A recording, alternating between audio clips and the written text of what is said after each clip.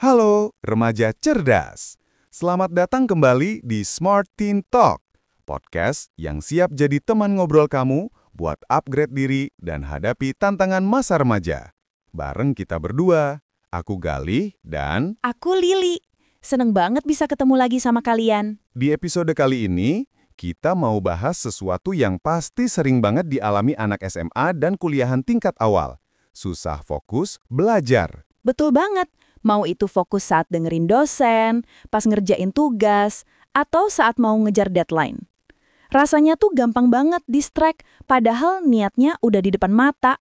Segmen 1. Mengenali susah fokus dan konsep flow. Kita mulai dari identifikasi dulu. Kenapa sih fokus itu susah banget? Salah satu alasannya, menurut penelitian, otak kita itu memang didesain untuk mencari hal baru.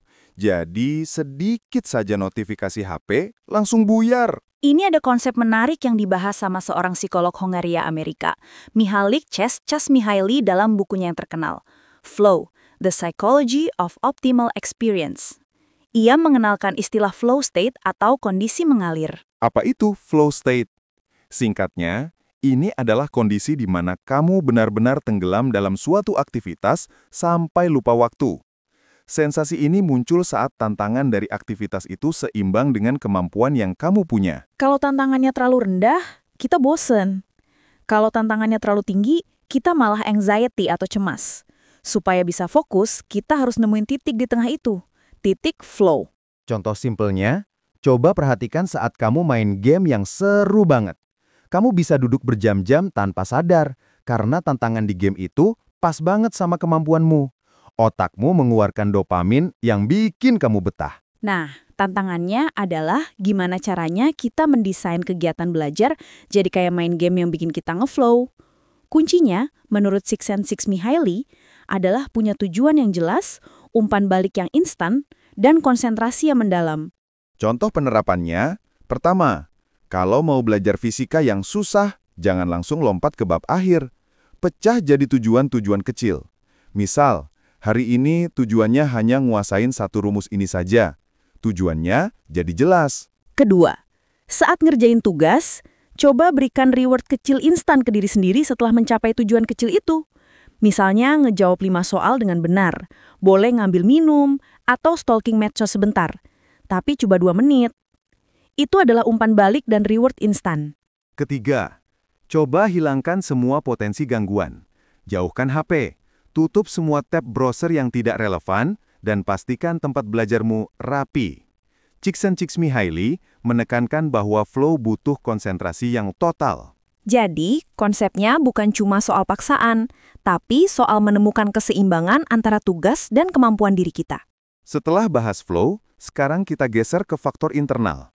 Seringkali, susah fokus itu bukan cuma karena HP, tapi karena pikiran kita yang terlalu ramai. Iya, pikiran kita sering overthinking soal masa depan, tugas yang numpuk, atau bahkan konflik pribadi. Ini yang disebut mind wandering, atau pikiran yang ngelantur kemana-mana.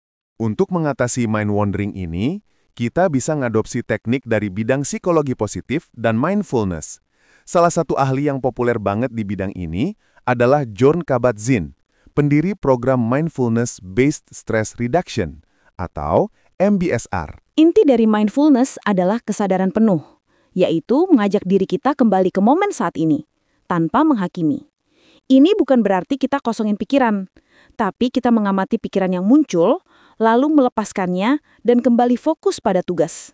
Teknik sederhana yang bisa dilakukan adalah teknik pernafasan 478 atau sekedar mengambil jeda sejenak untuk benar-benar merasakan napas masuk dan keluar. Ini seperti meriset otak kita. Contoh penerapannya. Pertama, saat lagi baca materi dan tiba-tiba kepikiran deadline tugas lain, jangan langsung ikuti pikiran itu. Akui saja, oke, aku mikirin tugas X, tapi sekarang aku fokus baca ini. Lalu kembali ke teks. Kedua, gunakan teknik The Pomodoro Technique. Ini adalah teknik manajemen waktu yang dikenalkan oleh Francesco Cirillo. Kamu belajar selama 25 menit, 1 Pomodoro, tanpa gangguan. Lalu istirahat 5 menit. Istirahat 5 menit itu bisa kamu gunakan untuk latihan mindfulness singkat. Ketiga, setiap memulai sesi belajar, Lakukan mindful check-in. Tanyakan pada diri sendiri, bagaimana perasaanku saat ini, apa yang mengganggu pikiranku, tuliskan sebentar di jurnal, lalu tutup. Dengan mengeluarkan pikiran itu ke kertas, kita kasih sinyal ke otak bahwa masalah itu sudah dicatat dan bisa diurus nanti. Jadi, susah fokus itu bisa diatasi dengan melatih mindfulness, supaya kita punya kontrol lebih atas pikiran yang suka ngajak jalan-jalan.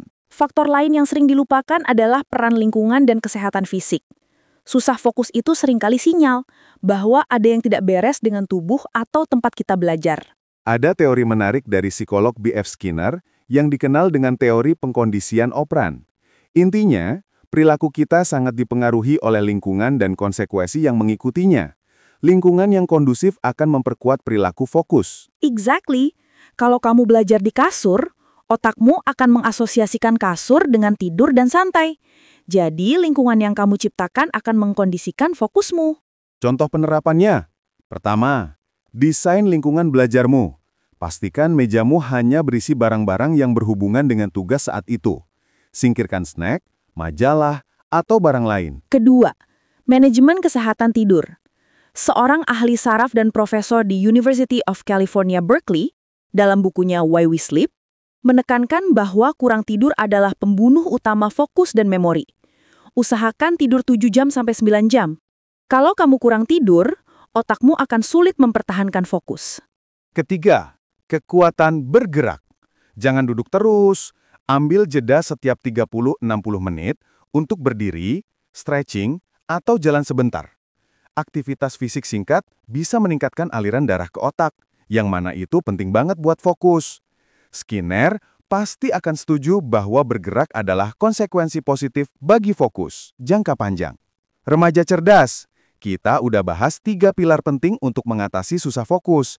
Flow state dari Csikszentmihalyi, mindfulness dari Jon Kabat-Zinn, dan pengkondisian lingkungan yang didukung teori Skinner dan riset Matthew Walker. 3 pilar ini saling nyambung.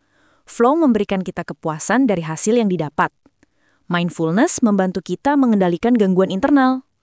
Dan pengkondisian lingkungan membantu kita mengendalikan gangguan eksternal. Kita kasih 1 tips ekstra lagi.